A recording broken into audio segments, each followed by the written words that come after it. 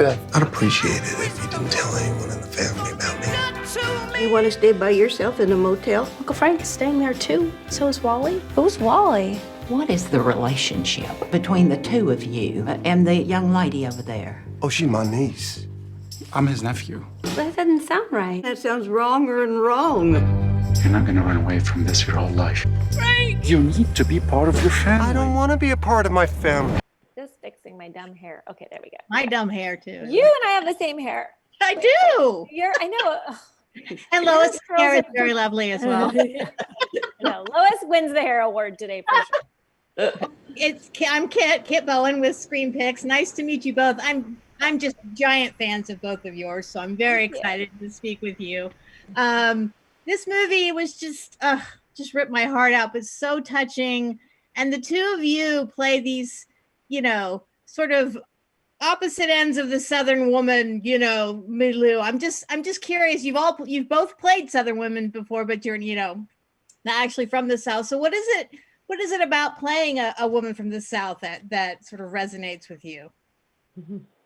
I don't know. I grew up in Kansas, which wasn't in the South exactly, but it close. When my family moved to Seattle, everyone thought I was Southern and that I sounded Southern, which surprised me. But I guess I had a drawl, I imagine at that point. Yeah. Yeah.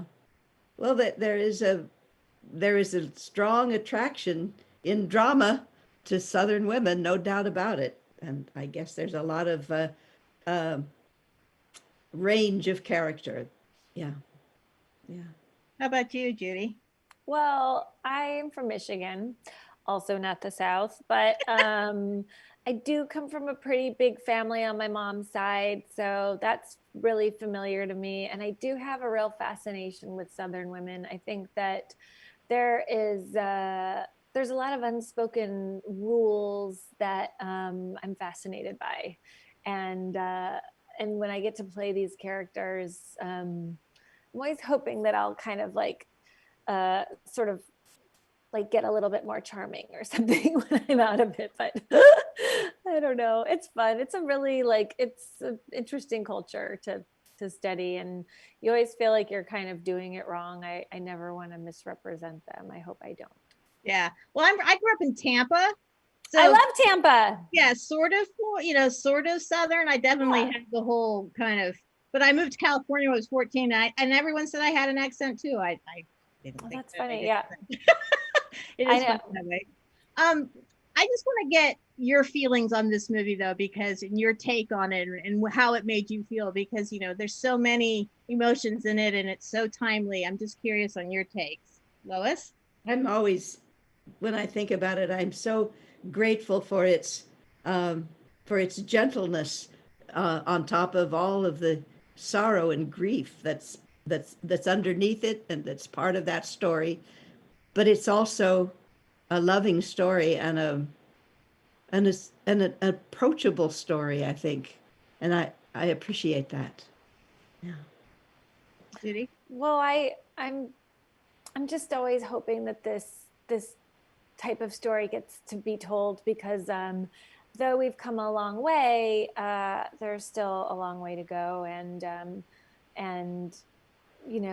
it's like a 2-for-1 coming of age story where you see both of these characters learning more about themselves and their family as the story goes on, and I'm always a sucker for that. Yeah, me too. And finally, I wanted to talk about Alan Ball, who's also one of my favorite filmmakers, writers. Just unbelievable working with him. What was that like? Oh, it's a treat. It really is. For me, it was the second time, and a real joy to work with him. Yes, I felt happy he asked. Yeah, he's a director who really loves actors, and you realize when you work with someone like Alan, how all directors don't love actors. It seems like that should be a given, but it's not always. And he's so sensitive to us, and he's so sort of tender, and I enjoyed watching him watch us and watching his family come to life around him. It was really it felt like an honor to tell this story for him.